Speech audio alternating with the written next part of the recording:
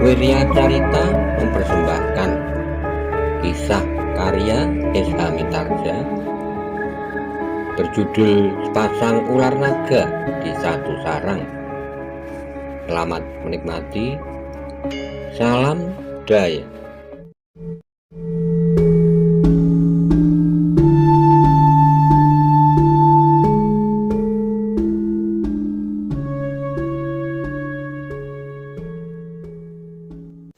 Monggo kula aturi subscribe, like, komen, saha share. Matur nuwun.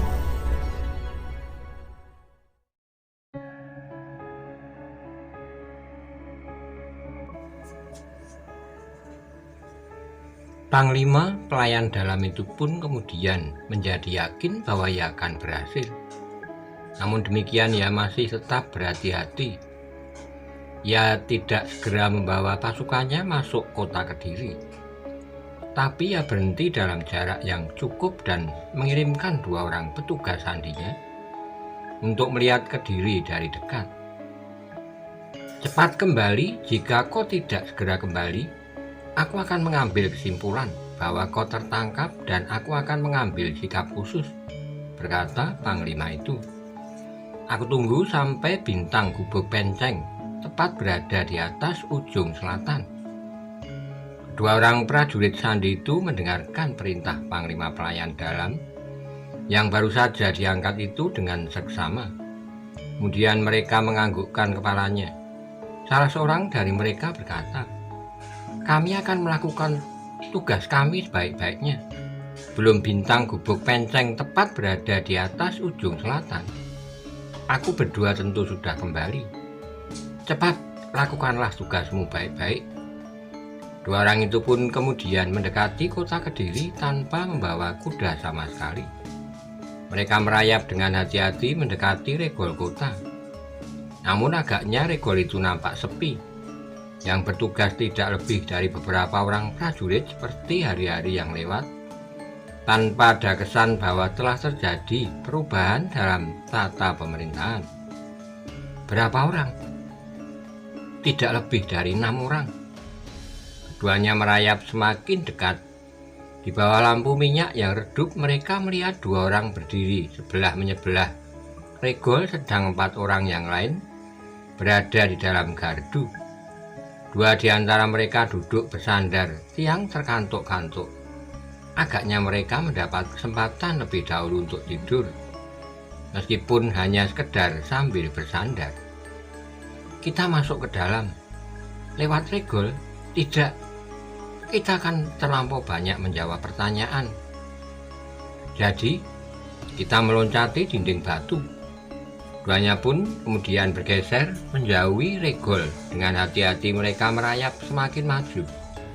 Di tempat yang gelap dan dibayangi oleh rimbunnya batang-batang perdu, maka keduanya pun kemudian meloncat ke atas dinding yang cukup tinggi. Ternyata bahwa tidak seorang pun yang melihat mereka. Dengan leluasa mereka dapat menjelajahi daerah di sebelah dinding batu itu, bahkan lewat lorong-lorong yang sempit dan gelap.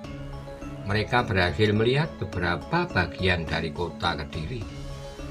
"Tidak ada persiapan apapun juga," desis salah seorang dari mereka. "Ya, di dekat istana itu pun tidak banyak prajurit yang berjaga-jaga. Bagaimana dengan istana Maeswagni?" Duanya pun berhasil mendekati istana Maeswagni. Ternyata yang mereka lihat adalah keadaan seperti biasanya. Mereka tidak melihat kesibukan apapun juga. Obor yang terpancang di muka regol pun adalah obor yang redup, seperti yang dipasang sehari-hari. Untuk beberapa lamanya mereka mengawasi regol itu. Karena tidak ada sesuatu yang menarik perhatian, maka salah seorang dari mereka berkata, "Apakah kau yakin bahwa Maeswagni memiliki kemampuan yang sempurna, seperti tuanku Sri Rajasa semasa hidupnya?" "Mungkin sekali," jawab yang lain. "Aku kurang yakin." "Maksudmu?" "Memang ia memiliki kelebihan, tetapi tidak lebih dari para panglima kita." "Mungkin." Kawannya terdiam sejenak, namun tiba-tiba, "Aku ingin melihat keadaan di dalam halaman istananya." "Ah, jangan mencari perkara. Kau takut? Bukan takut, tetapi kita sedang mengemban tugas. Jangan melakukan hal-hal yang tidak ada manfaatnya. Mungkin akan mendapatkan bencana. Kawannya tidak menyaut, namun ia mengerti keberatannya sehingga karena itu, maka ia pun tidak memaksanya. Dengan demikian, maka ketika mereka sudah yakin bahwa Kediri sama sekali tidak menyiapkan pasukan untuk melawan kekuatan Tohjoyo, maka kedua petugas itu pun segera kembali kepada induk pasukan untuk melaporkan kepada panglimanya. Dalam pada itu, selagi para prajurit Singosari mempunyai kepastian bahwa Kediri akan dapat dengan mudah dikuasai, maka pada saat itu Maeswagni masih duduk dengan gelisah di dalam biliknya. Meskipun ia berhasil menguasai perasaannya dengan nalar, karena ia seorang senopati besar yang mengabdikan dirinya semata bagi Singosari, namun sebagai manusia ia tidak segera dapat melepaskan diri dari goncangan perasaan. Beberapa malam Maeswagni digelitik oleh perasaan yang rasa-rasanya justru semakin membara. Kematian Anusapati benar-benar merupakan suatu peristiwa yang sebenarnya tidak dapat diterimanya. Namun setiap kali jantungnya membara, maka mulailah membayang Singosari yang menjadi karangabang. Perempuan menangis melolong-lolong dan anak-anak berteriak memanggil nama ibu dan ayahnya. Perawan-perawan meratap kehilangan kekasih dan perempuan akan menjadi janda. Kematian akan berkuasa di seluruh kota Singasari. Darah akan membasahi jalan-jalan kota dan mayat bagaikan ditebarkan di sepanjang lorong. Perang selalu mengerikan, berkata Maeswagni. Terbayang kematian yang saling susul menyusul. Kematian Tunggulametung, Kebu Ijo, Sri Rajasa, Pengalasan Batil disusul oleh Anusapati dan Kudo Sempono. Meskipun Maeswagni tidak mendengar, tetapi rasa-rasanya ia yakin bahwa Empu Gandring tentu pernah melepaskan kutuk bagi Kenarok yang membunuhnya. Betapapun baik hati Empu Gandring, tetapi mengalami perlakuan yang sama sekali tidak adil dari Kenarok, maka Empu Gandring tentu tidak dapat menerimanya begitu saja. Apalagi ia tidak sempat berpikir dengan nalar, sehingga ia tidak sempat memaafkan kesalahan Kenarok. Meskipun tidak terucapkan, tetapi guncangan hatinya akan tercermin pada keris buatannya yang menuntut kematian demi kematian, berkata Maeswagni di dalam hatinya. Apalagi ketika teringat olehnya kemarahan Empu Purwo ketika anak gadisnya yang bernama Kendedes itu hilang. Ia tanpa dapat mengendalikan dirinya telah memecahkan bendungan dan mengeringkan Ponowijen, sehingga harus dibuat sebuah padukuan baru di Padang Karautan. Kemudian betapa hatinya melonjak, ternyata di dalam kutuknya siapa yang ikut serta melarikan anak gadisnya akan mati tertusuk keris. Kutuk dari dua orang empu yang memiliki pancaran nurani yang tajam, berkata Maeswagni di dalam hati. Dan kini ia melihat beberapa orang yang terlibat di dalam usaha untuk melarikan itu seorang demi seorang telah terbunuh. Tunggulametung, Kudo Sempono, dan Kenarok, yang meskipun pada waktu itu ia tidak lebih dari seorang prajurit yang belum tahu apa-apa, yang hanya sekedar mengikuti perintah Aku Tunggulametung. Sedang Witantra yang saat itu menyatakan tidak ikut campur dengan usaha penculikan itu, masih tetap selamat sampai hari tuanya. Jika dendam ini masih harus dinyalakan di dalam hati, maka Singosari tidak akan sempat mengemasi dirinya. Singosari tentu akan disibukkan saja oleh dendam yang tiada henti-hentinya, berkata Maeswagni pada dirinya sendiri. Karena itulah maka Maeswagni masih tetap berusaha mengekang diri agar tidak terbakar oleh dendam di dalam dadanya. Ia sadar bahwa ia adalah seorang manusia biasa, manusia yang lemah hati.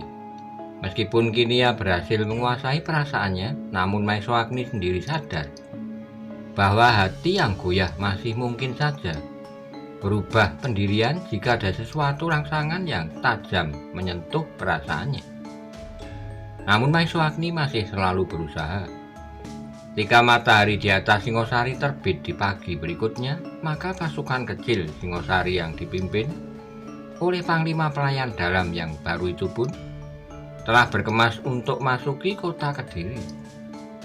Agar tidak menimbulkan kegelisahan, maka pasukan itu pun sama sekali tidak menunjukkan sikap yang garang.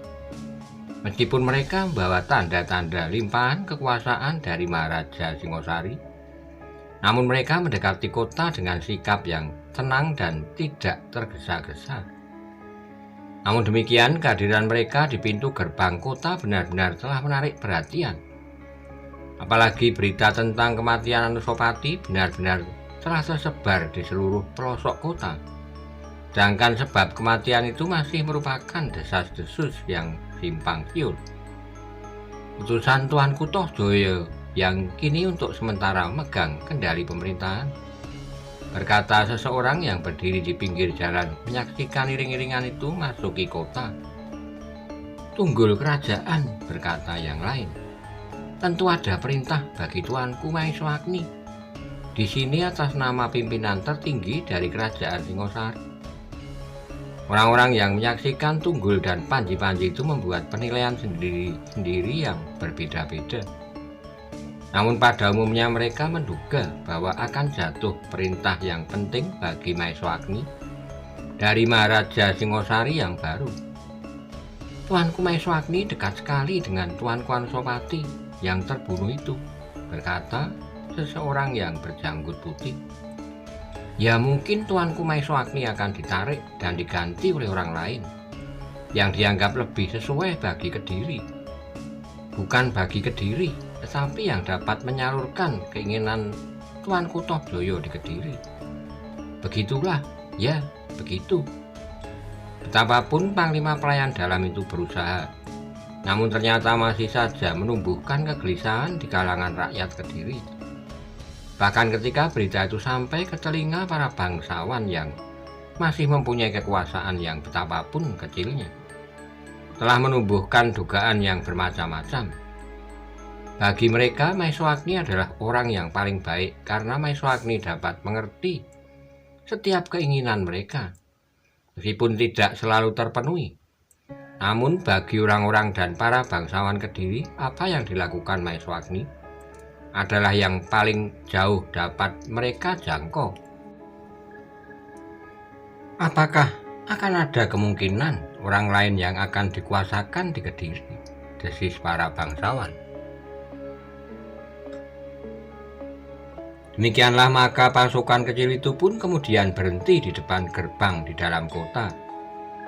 Panglima yang memimpin pasukan itu memerintahkan dua orang mendahului dan menghadap Maeswagni untuk menyampaikan dengan resmi bahwa utusan kerajaan dengan tanda-tanda kebesaran dan panji-panji serta tunggul kerajaan telah datang untuk menemui Maeswagni sebagai wakil pemerintah Singasari di Kediri.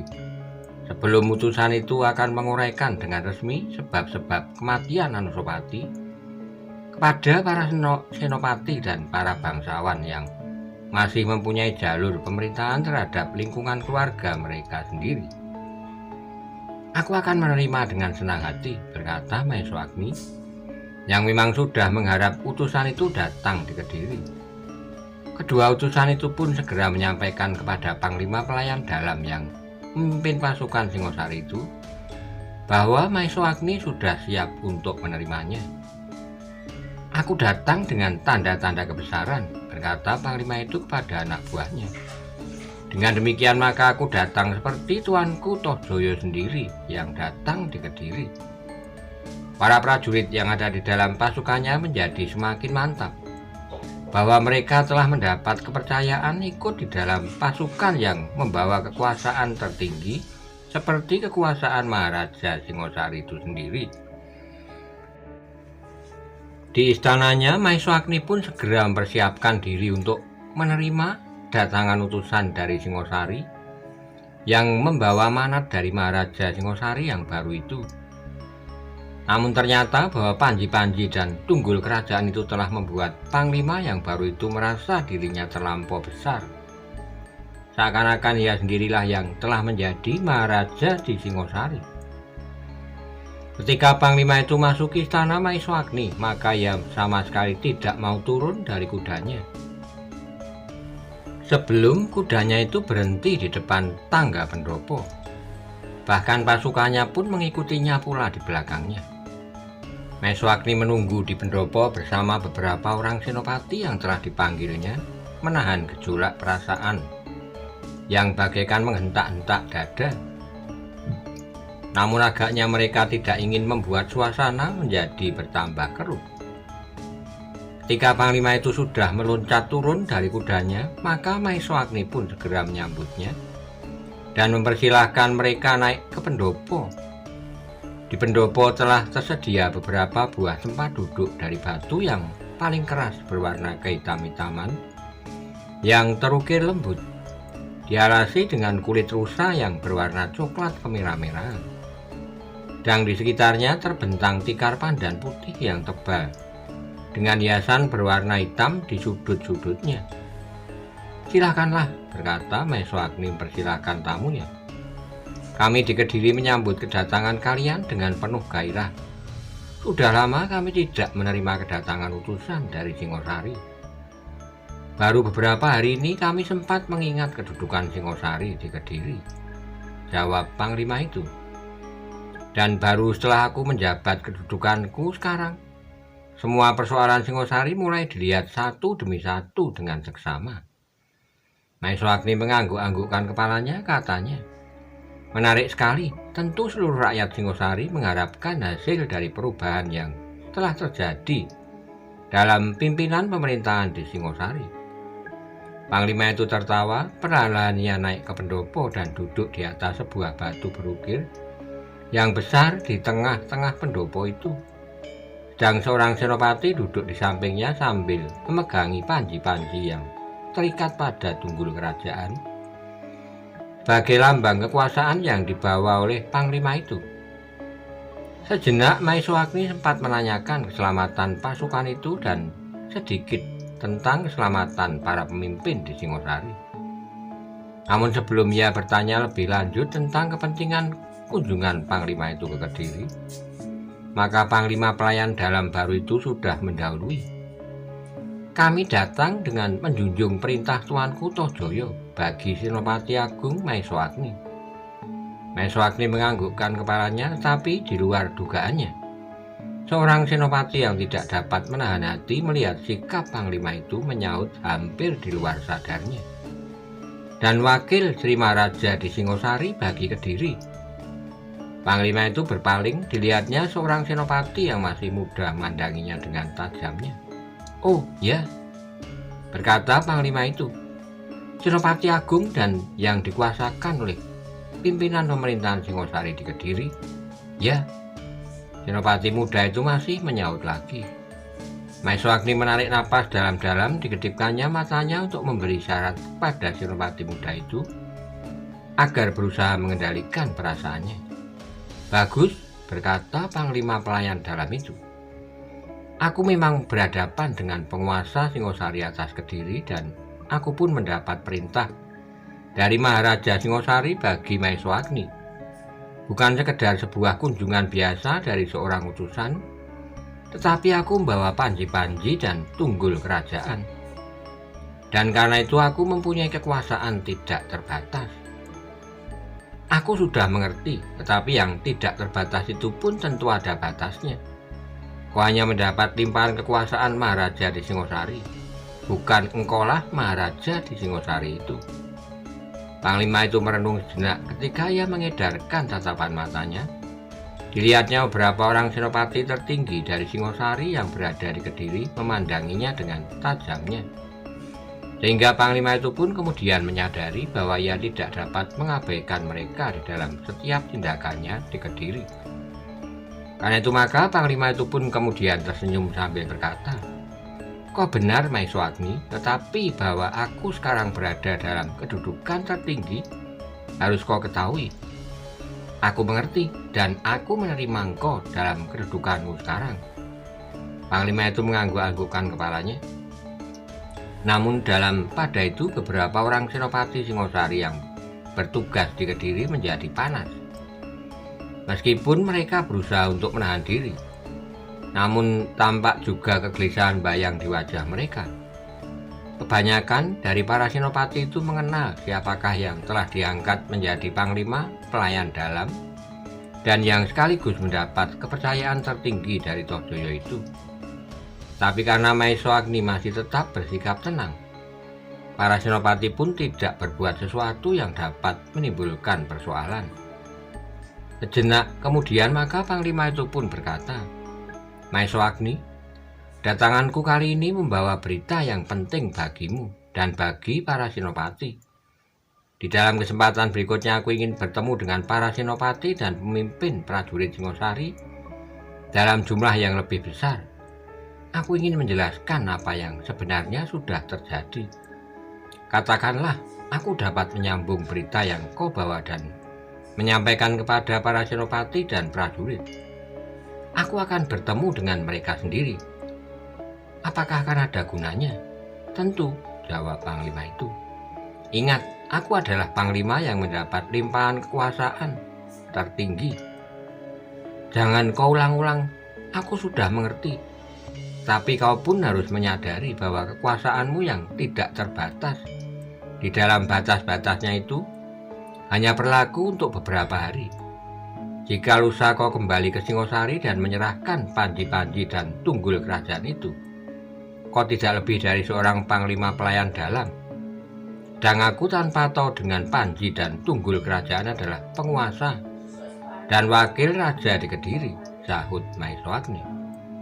Panglima itu menjadi tegang sejenak, namun ia menjawab, "Biarlah apa yang akan terjadi lusa, tetapi sekarang kekuasaanku ada di atas kekuasaanmu, di Singosari dan di Kediri, karena aku membawa panji-panji dan tunggul kerajaan." Maeswagni menarik napas dalam-dalam. Sebenarnya ia keberatan membawa panglima itu di hadapan senopati yang lebih luas lagi dari senopati tertinggi di Kediri. Jika mereka kehilangan kendali karena sikap panglima yang tidak menarik sama sekali itu, maka keadaan akan menjadi kisruh dan bahkan mungkin akan timbul akibat yang tidak menyenangkan. Bukan saja bagi panglima itu tetapi juga bagi Singosari. Tapi Maeswagni tidak dapat menolak keinginan itu agar tidak timbul salah paham. Jika ia tetap menolak, maka panglima itu akan menganggap bahwa ia takut kehilangan pengaruh di Kediri karena kedatangan panglima itu. "Aku minta kau dapat menyiapkan pertemuan itu secepatnya, Maeswagni," perintah panglima itu. Maeswagni mengerutkan keningnya. Ketika sekilas terpandang olehnya wajah para senopati, maka rasa-rasanya Maeswagni tidak akan sanggup mengendalikannya apabila terjadi pertemuan yang lebih besar lagi. Namun demikian, Maeswagni terpaksa menjalankan perintah itu yang bernilai seperti perintah Maharaja di Singosari itu sendiri. "Kapan pertemuan yang agak lebih besar dari pertemuan ini harus aku adakan?" bertanya Maeswagni. "Secepatnya." "Ya, secepatnya, tetapi kapan? Sekarang atau nanti sore atau besok pagi?" "Cepat yang kumaksudkan tergantung sekali pada rencanamu. Berapa hari kau akan tinggal di Kediri?" Panglima itu merenung sejenak lalu, "Sore nanti mereka harus datang ke pendopo ini sebelum matahari menjadi kemerah-merahan senja. Kita akan banyak berbicara, sehingga pertemuan itu akan berlangsung cukup lama. Baiklah, kami akan menyelenggarakannya. Dan sebelumnya sebaiknya kau mendengar lebih dahulu apa yang akan aku sampaikan pada mereka." "Aku tidak berkeberatan," jawab Maeswagni. "Berkeberatan atau tidak berkeberatan, ini adalah kewajibanmu." Rasa telinga Maeswagni menjadi panas, tetapi ia tetap duduk dengan tenang di tempatnya. "Nah, perintahkan kepada senopatimu untuk memanggil senopati-senopati bawaan mereka dan para pemimpin prajurit yang lain. Nanti akan aku perintahkan, tetapi sebaiknya sekarang kau berbicara tentang keadaan di Singosari yang terakhir. agar kami tidak selalu kebingungan oleh berita-berita yang belum pasti kebenarannya. Panglima itu mengangguk-anggukkan kepalanya. Dipandanginya prajurit yang membawa panji-panji dan tunggul kerajaan itu sejenak.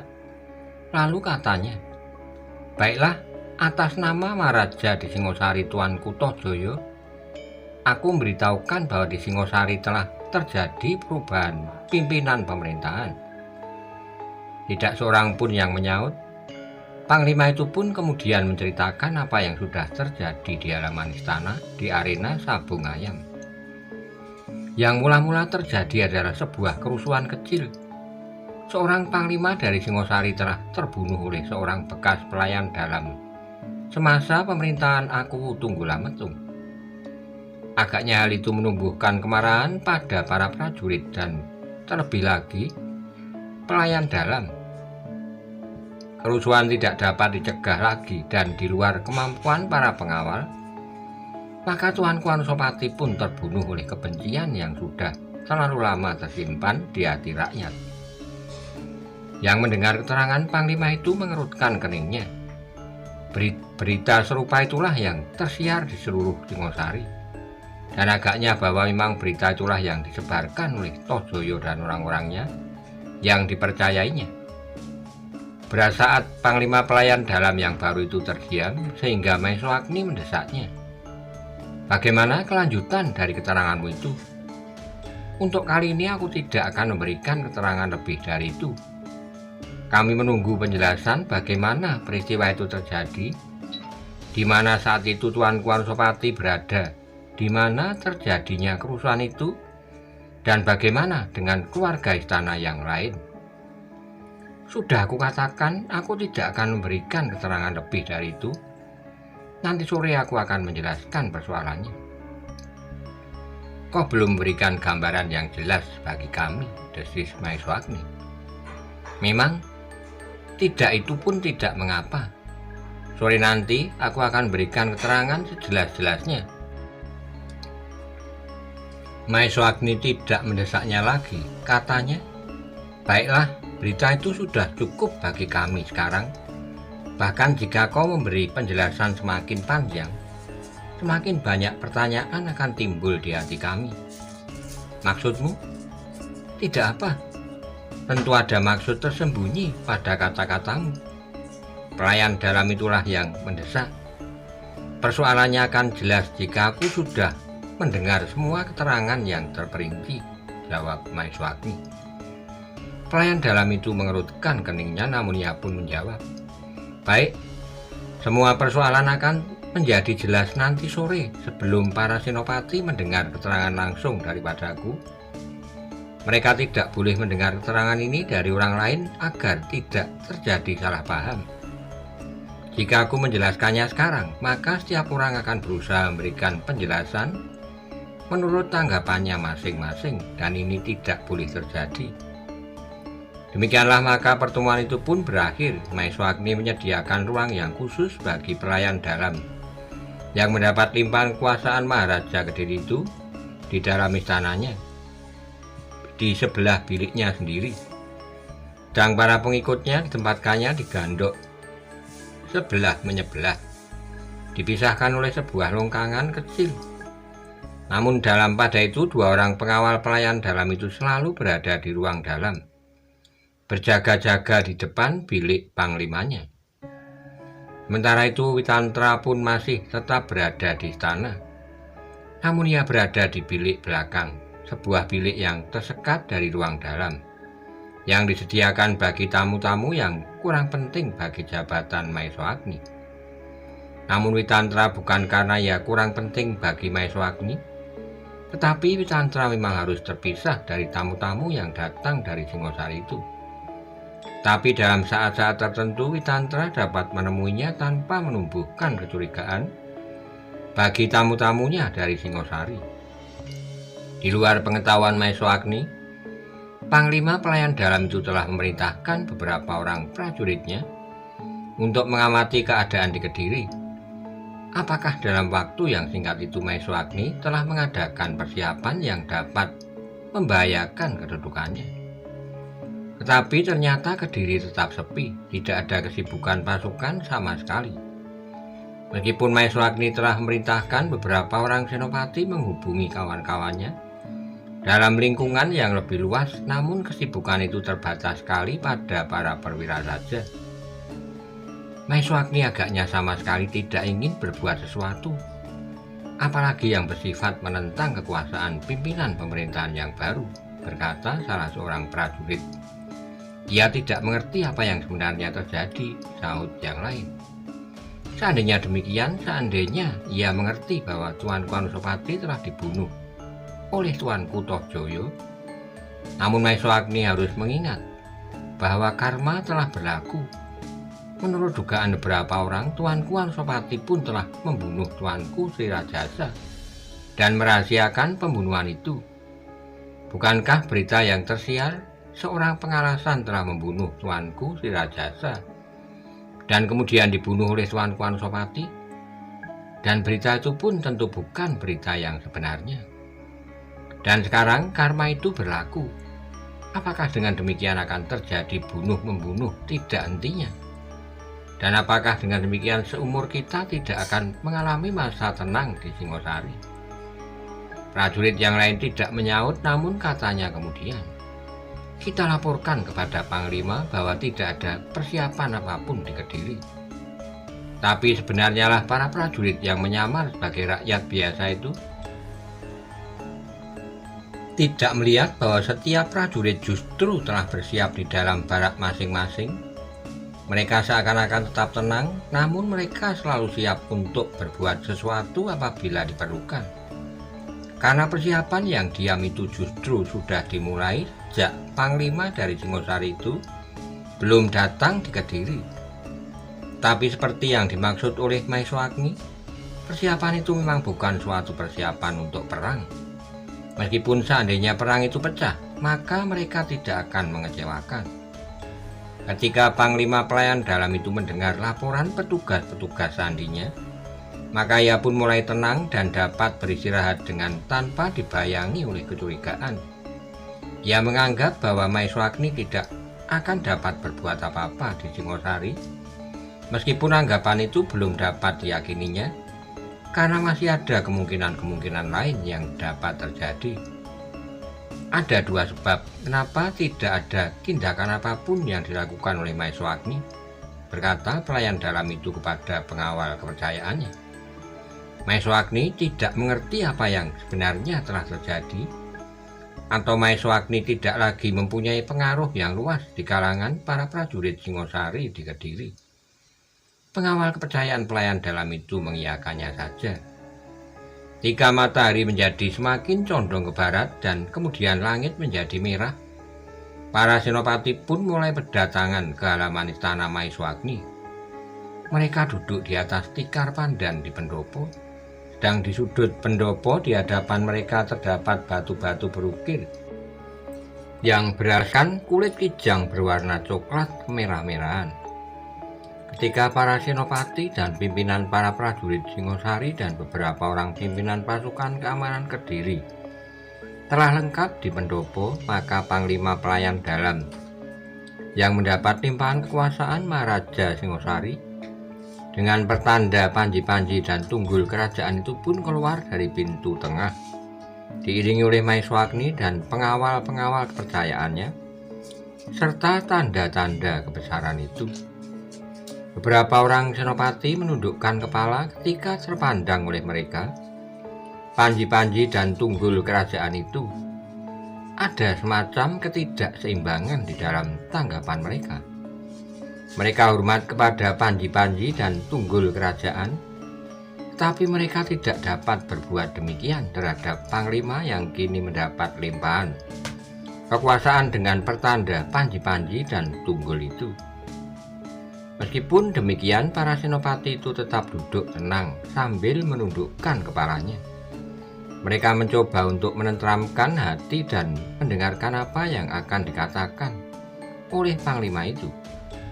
Namun sebenarnya mereka telah membawa bekal di dalam hati bahwa ada sesuatu yang tidak benar dalam keterangan yang akan dikatakan oleh Panglima itu. Tapi para senopati yang dekat dengan Maeswagni telah berpesan kepada mereka, jangan tunjukkan sikap yang dapat menimbulkan persoalan yang tidak dikehendaki. Jika mereka benar-benar seorang yang setia kepada Singosari, maka mereka harus dapat mementingkan persoalan Singosari di atas segala macam persoalan. Jika ternyata bahwa siapapun akan merugikan Singosari, maka barulah kita akan berbuat sesuatu, termasuk terhadap Toh Joyo. Benarnya para senopati tidak dapat mengerti pendirian Maeswagni, dan sebagian terbesar dari mereka menganggap bahwa sikap itu adalah sikap yang lemah sekali. Tapi mereka masih dicekam oleh pengaruh wibawa Maeswagni yang besar atas mereka. Tuanku Maeswagni tentu mempunyai perhitungan yang jauh lebih luas dari perhitungan kita, yang sekedar menilai setiap keadaan berdasarkan tajamnya pedang, berkata seorang senopati pada kawannya. Kawannya menarik napas dalam-dalam, katanya, mudah-mudahan tajamnya pedang itu tidak memotong leher kita sebelum kita menyadari apa yang telah terjadi sebenarnya. Keduanya pun terdiam, dan kini mereka dihadapkan kepada seorang panglima yang baru saja menjabat kedudukannya. Karena mereka adalah prajurit-prajurit Singosari, maka sebagian dari prajurit Singosari yang ada di Kediri telah mengetahui siapakah panglima itu dan sampai berapa jauh kemampuannya memegang pimpinan dan di dalam olah kanuragan. Setelah memandangi para senopati yang duduk sambil menundukkan kepalanya itu, maka panglima yang mendapat limpahan wewenang Maharaja Singosari itu mulai membuka pembicaraan. Disampaikannya salam sejahtera dari Maharaja Singosari pada mereka. Mudah-mudahan mereka pun selamat sejahtera. Para senopati masih tetap menundukkan kepalanya. Sejenak kemudian maka mulailah panglima itu memberikan keterangan tentang keadaan istana Singosari. Diberinya beberapa kata pengantar secukupnya untuk memberikan arah berpikir bagi para senopati itu. Kami para pemimpin yang ada di sekitar Tuanku Anusapati sudah berusaha untuk mengelakkan hal yang akan terjadi. Berapa kali kami telah memberikan peringatan agar sikap Tuanku Anusapati dapat berubah sedikit demi sedikit, sehingga sakit hati yang semakin lama semakin tertimbun di hati rakyat itu dapat dikurangi. Panglima itu berhenti sejenak lalu, namun agaknya Tuanku Anusapati tidak menghiraukannya. Untunglah bahwa Tuanku Toh Joyo bersikap baik terhadap rakyat. Bahkan ia sempat memberikan tempat hiburan yang mapan di dalam bangsanya sendiri. Dengan sikap itu, maka rakyat menjadi segan untuk berbuat sesuatu terhadap Tuanku Anusapati. Justru karena mereka memandang kecintaan Tuanku Toh Joyo terhadap mereka. Tetapi Tuanku Anusapati masih saja membuat banyak kesalahan. Sebagai seorang maharaja yang masih cukup muda, maka ia terlampau banyak menaruh minat pada perempuan. Dan yang parah, kadang-kadang perempuan-perempuan yang dikehendakinya itu adalah perempuan-perempuan yang sudah bersuami. Pendopo itu dicekam oleh suasana yang aneh, tapi para senopati itu pun masih tetap diam di tempatnya. Panglima pelayan dalam yang sedang memberikan keterangan tentang keadaan di Singosari itu mencoba mengamati tanggapan dari kata-katanya. Tapi para senopati di Kediri itu menundukkan kepala sehingga kesan yang tersirat di wajah mereka tidak segera dapat dilihatnya. Akhirnya, panglima itu meneruskan, terjadilah peristiwa yang menyedihkan itu. Semula yang terjadi adalah pertentangan kecil. Tidak seorang pun tahu dengan pasti sebab-sebabnya. Tapi yang terjadi, panglima pelayan dalam itu terbunuh. Tentu saja dengan licik, kemarahan para prajurit telah menyebabkan orang yang menyebut dirinya Kudo Sempono itu mati. Tapi kerusuhan tidak terhenti tanpa dapat dicegah lagi. Rakyat yang sudah lama membenci Tuanku Anusapati seolah-olah mendapat kesempatan. Maka terbunuhlah Tuanku Anusapati. Untunglah Tuanku Toh Joyo ada di tempat itu sehingga atas pengaruhnya, maka kerusuhan yang lebih besar dapat dicegah. Terasa gejolak di setiap hati para senopati yang ada di pendopo itu. Namun seperti pesan Maeswagni, mereka harus dapat menahan perasaan. Seorang senopati muda hampir pingsan justru karena ia menahan hati dan berusaha untuk tetap diam sambil mendengarkan keterangan yang bagaikan menyobek jantungnya. Sejenak kemudian Panglima itu meneruskan, "Kalian kini berada di Kediri, agak jauh dari pusat pemerintahan. Tentu kalian tidak dapat membayangkan apa yang sebenarnya terjadi. Kalian tentu tidak dapat mengerti mengapa rakyat yang marah itu tidak dapat dikuasai dan tidak dapat dicegah lagi membunuh Maharaja Singosari, Sang Agung. Tapi sebaiknya kalian menyadari bahwa kemarahan, kekecewaan, dan ketidakpastian yang tertahan pada suatu saat akan dapat meledak. Ledakan itu tidak mengingat lagi sasaran, akibat, dan apapun yang akan terjadi." Panglima itu berhenti sejenak lalu. "Sekali lagi aku katakan, hanya wibawa Tuanku Tohjoyo sajalah yang dapat menghentikan semuanya itu."